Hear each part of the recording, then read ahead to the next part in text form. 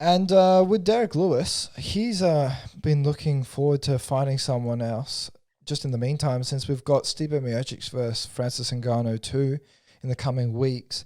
However, no clear indication who is going to be up for the title shot. Now, he beat Curtis Blades a few weeks ago with a stunning second round KO, brutal uppercut. But he's made it clear, even on the Joe Rogan Experience, actually, he says, I wanna stay busy.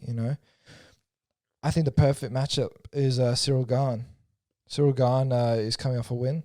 It wasn't the most exciting fight for a lot of the fans, just because it was incredibly frustrating with a guy like Rosenstrike, who's incredibly powerful, but was quite tentative in actually throwing that power in case he overextended and got himself caught in the exact same situation with Gane.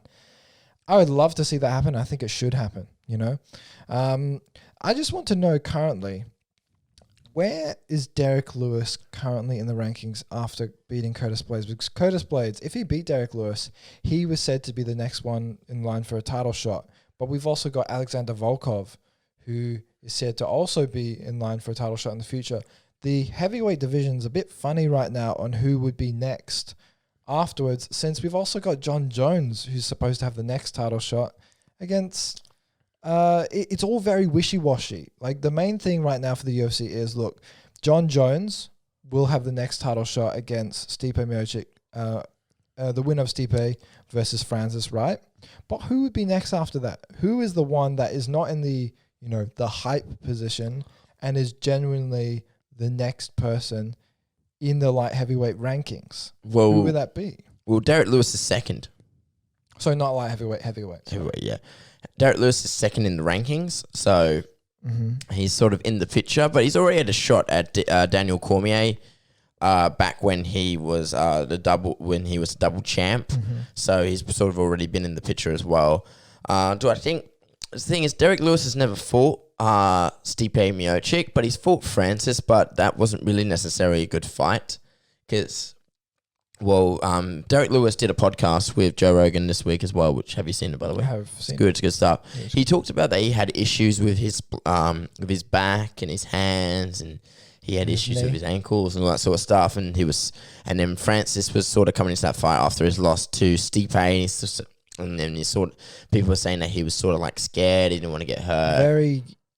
It wasn't scared on being hurt. He was scared on being embarrassed because he was embarrassed against Stipe, and he was scared because he lacked conditioning. Now all you see now is Francis Ngannou doing conditioning. Like, he has a YouTube channel. He's always doing aerobic conditioning workouts. When he was wrestling against Stipe, or kind of, trying to not get out wrestled, he was gassed, incredibly gassed.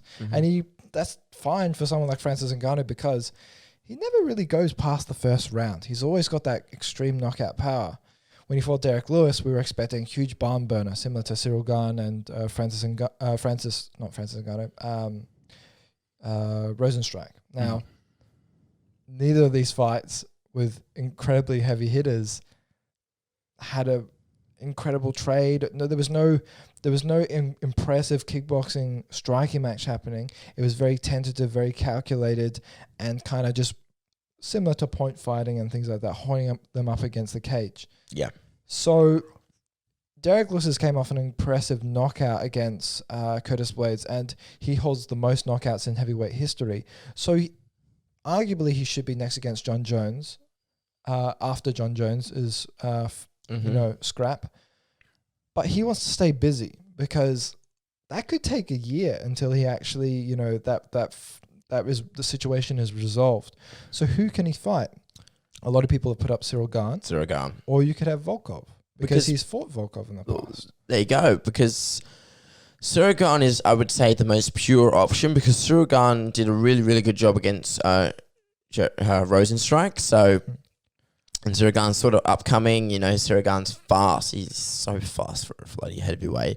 And Derrick Lewis, he's got that mad amount of power. He's got dynamite in his hands. His jiu-jitsu's getting better. So I reckon that sounds like the most purest option, because or Volkov versus Gane could be another option as well, because I don't know if they want to have a rematch between Derrick Lewis and Volkov, because Volkov got knocked out by Derrick Lewis I think it was in the last round on the Khabib versus. But however, Volkov was winning for that fight. It's very interesting because it's weird with MMA maths. Volkov was going to beat Lewis, right? But in those the last few seconds of the round, Lewis knocks him out. Like he hits him with a straight overhand, rocks him, hits him again. Volkov goes down, hits the deck. Lewis swarms him. Fights get called off. It's a TKO. However, Volkov then loses to Curtis Blades, who Derrick Lewis actually just beat. Then Alexander Volkov goes on to beat Walt Harris, goes on to beat Alistair Overeem. What's happening here? Volkov should fight someone again. I don't think it's Derrick Lewis. I think Derrick Lewis versus Ciryl Gane is an incredible fight. That's an incredible stand-up fight because, you're most likely not going to see much wrestling there. They're two big, powerful men. Because not even that, you've also... Because Curtis Blades has already fought Volkov and beat Volkov. Yeah, so I feel like, again, it's the most pure option. Number 2 versus number 4. Number 2 versus number 4. Not too far apart, considering... in terms of fought similar opponents. So, and both are rising stars. Yes, and it's interesting, the dynamic as well, because Lewis has been in the UFC for a decent amount of time. Yeah. You would consider him a UFC vet. Also with the amount of fights, he's at heavyweight, most number of knockouts at heavyweight as well. Then there's Ciryl Gane. Hasn't had that much experience, but he's definitely someone to keep an eye on.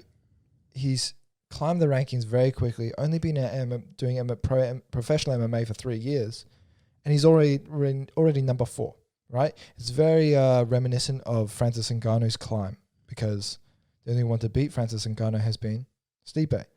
Climbed the rankings very quickly, coming from humble beginnings, trying to go into boxing, then went into mixed martial arts instead. Oh my God, that story was insane, Incredible storyline. Now, Ciryl Gane, I believe that it would be an incredible fight against Derrick Lewis. Keeps them both active while, Stipe is going to fight Francis, and then following that, the winner has to fight John Jones. That's 2 fights. That's going to take...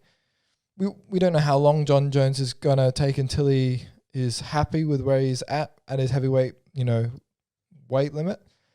So when are we going to properly see that? We'll probably see that closer to the end of the year, maybe September, October, November, maybe December, right? In order to see John Jones fight for the championship belt. Derrick Lewis versus Ciryl Gane is what makes sense. Number 2 versus number 4 happens sometime in 2021. They both get 2 fights that year. The following year, they can fight for the championship belt. It makes sense. Derrick Lewis versus Ciryl Gane, it would be an incredible matchup. And who's your take? This is going to sound crazy, considering that Lewis was the underdog against Blades, yet knocked him out. Yeah. And MMA is something that just seems not to work against Lewis because he's just so powerful. He's so strong. He's always doing strength and conditioning, and he's just got dynamite in his hands. But Gane, I feel like he has the range. He has the power. He's able to wrestle on the ground. And he's very intelligent. And it's not that Lewis isn't